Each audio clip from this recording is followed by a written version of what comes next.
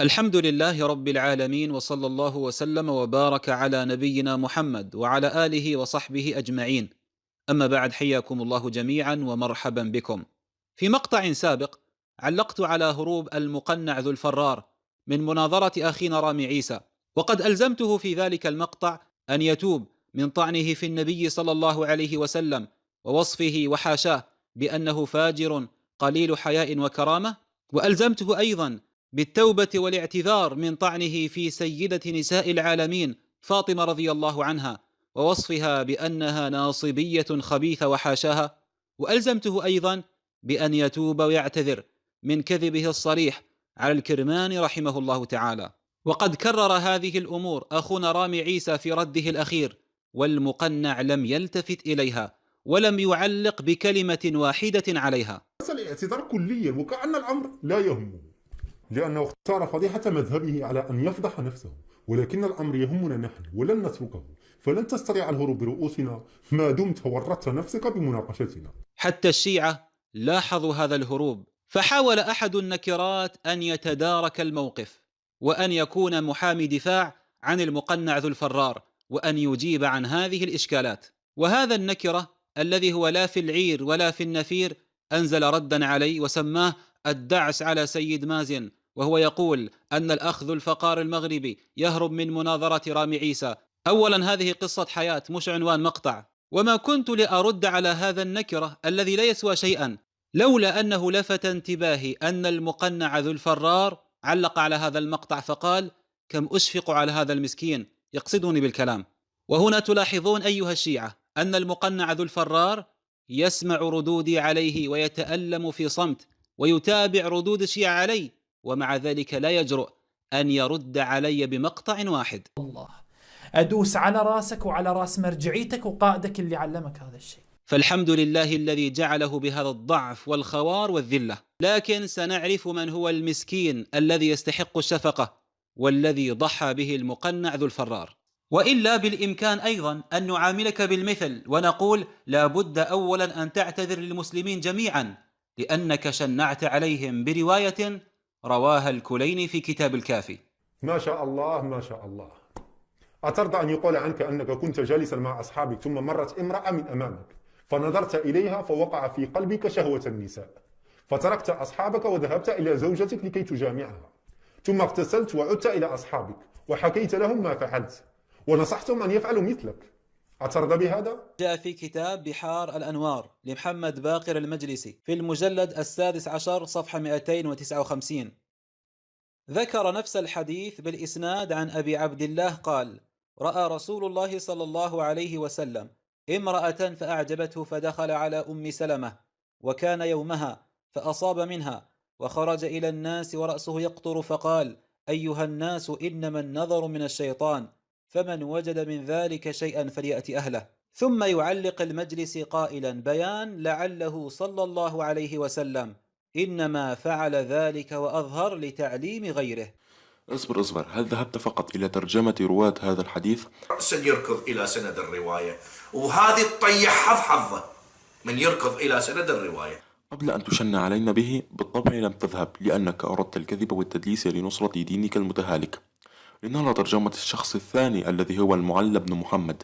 جاء في كتاب معجم رجال الحديث في الجزء التاسع عشر للسيد الخوئي رحمه الله صفحة 279 يقول: معلى بن محمد البصري مضطرب الحديث والمذهب. فإذا الرواية مضطربة لأنها من أحد رواتها من هو مضطرب الحديث والمذهب. ما شاء الله على فلتة الزمان. يقول أن هذا الحديث مضطرب ولا يصح لأن في إسناده المعلى بن محمد. يقول الخوئي أنه مضطرب الحديث غير مقبول. وأنا قبل أن أرد وأكشف جهلك وكذبك على الخوئي سؤال: ليش تورط نفسك؟ بعيمة والله ما يورط روحه. اي والله كمل. يعني أنت كنت في عافية لا يعرفك أحد، فالآن ستعرف بجهلك وغبائك. لنرجع إلى نفس الكتاب الذي نقل منه. هذا أمامكم معجم رجال الحديث للخوئي في المجلد التاسع عشر صفحة 279 في ترجمة معلى ابن محمد البصري. قال النجاشي: معلى ابن محمد البصري أبو الحسن مضطرب الحديث والمذهب. وهذا الذي نقله هذا النكرة، فهذا كلام النجاشي لا كلام الخوئي. ولو قلب الصفحة 280 سيجد أن الخوئي رد على هذا الكلام وأثبت وثاقة المعلى. أقول: الظاهر أن الرجل ثقة، أي المعلى ابن محمد، يعتمد على رواياته. وأما قول النجاشي من اضطرابه في الحديث والمذهب فلا يكون مانعا عن وثاقته. أما اضطرابه في المذهب فلم يثبت كما ذكره بعضهم، وعلى تقدير الثبوت فهو لا ينافي الوثاقة. وأما اضطرابه في الحديث فمعناه أنه قد يروي ما يعرف وقد يروي ما ينكر، وهذا أيضا لا ينافي الوثاقة. إلى أن يقول في نهاية كلامه: فالظاهر أن الرجل معتمد عليه. فلماذا أيها النكرة بترت كلام الخوئي الذي رد على كلام النجاشي وأثبت وثاقة هذا الرجل؟ طلعت محامي دفاع فاشل. صراحة هذا الكائن فاز ببطولة الجال المفرط، رائع جدا. فالرواية عند الشيعة مضطربة لا تصح، لكنها صحت عندكم. لا لا لا، لم يطعن بالنبي عليه وعلى آله أفضل الصلاة والسلام، لأن الرواية لا تصح عندنا من الأساس. ما شاء الله على محقق زمانه، يقول الرواية عند الشيعة لم تثبت. جاء في كتاب روضة المتقين لمحمد تقي المجلسي في المجلد 9 صفحة 436: روى الكليني في القوي كالصحيح عن حماد بن عثمان عن أبي عبد الله قال: رأى رسول الله صلى الله عليه وسلم امرأة فأعجبته، فدخل إلى أم سلمة وكان يومها، فأصاب منها، وخرج إلى الناس ورأسه يقطر، فقال: أيها الناس، إنما النظر من الشيطان، فمن وجد من ذلك شيئا فليأت أهله. فيقول المجلس عن الحديث أنه قوي كالصحيح. يا فلتة الزمان. نكمل مع الفيلسوف. ودون أن ننسى طبعا أنك آذيت المسلمين جميعا لما قلت أن فاطمة ناصبية خبيثة وحاشاها. أنسيت؟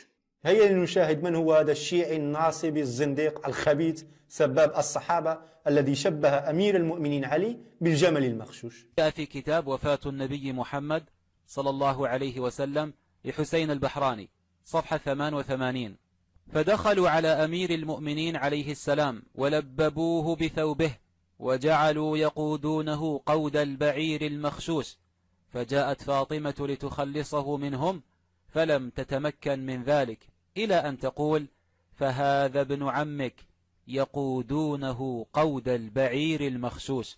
فهل فاطمة رضي الله عنها ناصبية خبيثة ملعونة سبابة للصحابة؟ لا لا لا، توقف. الأخذ الفقار المغربي لم يلعن كل من قال أن عليا عليه الصلاة والسلام كالجمل المخشوش، وإنما لعن من قال هذا باستهزاء من أمير المؤمنين عليه السلام وهو جدك معاوية. لا يا نعجة عليها السالفة العوجعة، منين طلعت النبي؟ ترقيع آخر فاشل أيها المحامي الفاشل. هل القول بأن علي بن أبي طالب وحاشاه كان يجر كالجمل المخشوش قد يكون مدحا وفي نفس الوقت يكون ذما؟ فكلام المقنع ذو الفرار كان عاما، ووصف من قال هذه العبارة أنه ناصبي خبيث زنديق، فتبين أن قائلها النبي صلى الله عليه وسلم قبل ذلك وفاطمة رضي الله عنها كما ورد في كتب الشيعة. فهل أصبحت الآن عبارة جمل مخشوش مدحا لعلي بن أبي طالب؟ يعني لو أردنا أن نمدح الشيعة نقول أنهم أتباع الذي جر كأنه جمل؟ أما نسبة هذا القول إلى معاوية رضي الله عنها فمصدرها نهج البلاغة الذي لا يساوي الحبر الذي كتب به، فلا يلزمنا بشيء. ولم يقل ذلك عن من يقولها بحرقة قلب على أمير المؤمنين، فلذلك الأخذ الفقار المغربي لعن الذي قال أن عليا كالجمل المخشوش باستهزاء.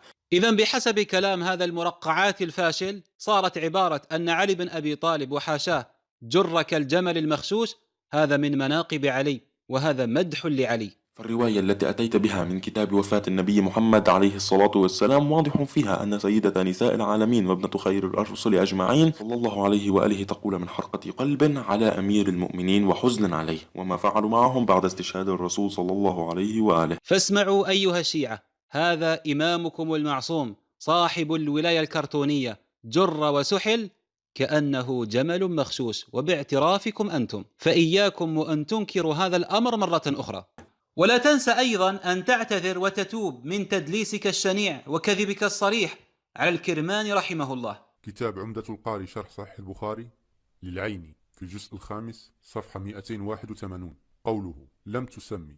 قال الكرماني لما ما سمته، ثم قال ما سمته تحقيرا أو عداوة، إذا عائشة كانت تحقر وتعادي الإمام علي عليه السلام. ثم قال الكرماني وحاشاها من ذلك. كيف حاشاها من ذلك؟ هل هذا هو ردك يا كرماني على فعل عائشة؟ يا غبي يا متخلف، الكرماني يقول ما سمته تحقيرا أو عداوة، حاشاها من ذلك، أي أن فعلها ليس عن عداوة أو تحقير، لأنه قال بعدها حاشاها من ذلك، فهو ينفي هذا الأمر لا يثبته يا متخلف. فقوله ما سمته تحقيرا أو عداوة أي ما فعلت هذا الأمر عن تحقير وعداوة، حاشاها من ذلك. اصبر، الأخذ الفقار المغربي لا يقصد الذي أنت فهمته، فالأخذ الفقار المغربي قال هذا هو ردك على فعل عائشة، فمقصده أنه يا كرماني أعطني دليلا لأرد عليك هذا الدليل.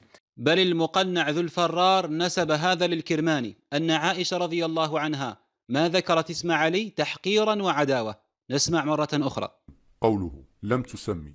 قال الكرماني لما ما سمته، ثم قال ما سمته تحقيرا أو عداوة، إذا عائشة كانت تحقر وتعادي الإمام علي عليه السلام. إذن فهو فهم من هذا الكلام الإثبات أنها ما سمته تحقيرا وعداوة، وبين جهله، وأن مراد الكرماني النفي، فما هنا نافية، أي ما سمته تحقيرا وعداوة، لم يكن الأمر عن تحقير أو عداوة كما بينا ذلك. وإن كان مقصده أن الكرماني قال عنها أنها تحقر وتعادي علي عليه السلام، فهو قد أخطأ الفهم، وهذا الخطأ ليس متعمدا، وإنما عن سهو وعدم فهم، فهو ليس معصوما عن الخطأ. وهذا الذي نريد، أنه أخطأ الفهم، ولا يهمنا هل هذا متعمد أو غير متعمد، المهم بينا غباءه وجهله في فهم النصوص، فعليه أن يتراجع وعليه أن يشكرنا لأننا بينا له ووضحنا له. فهو قد أخطأ الفهم، وهذا الخطأ ليس متعمدا، وإنما عن سهو وعدم فهم وعدم فهم وعدم فهم وعدم فهم. إذن المقنع يقرأ النصوص وما يفتهم، غبي باعتراف أصحابه. فمن هو الآن أيها المقنع المسكين الذي يستحق الشفقة؟ فبعد أن كنا نطالبك أنت بالاعتذار، نطالب صاحب الرد بالاعتذار على كذبه على الخوئي ونسبة قول النجاشي إليه، مع أنه رد هذا الكلام وأثبت وثاقة المعلى. هل رأيت الآن كيف أن دفاعك الفاشل عن المقنع ذو الفرار أوقعك في مأزق؟ فهل تعتذر أنت أيضا أم تفعل كصاحبك؟ الاعتذار كليا وكأن الأمر لا يهمه، لأنه اختار فضيحة مذهبه على أن يفضح نفسه، ولكن الأمر يهمنا نحن ولن نتركه، فلن تستطيع الهروب برؤوسنا ما دمت ورطت نفسك بمناقشتنا. واحد تافل بحلق الثاني.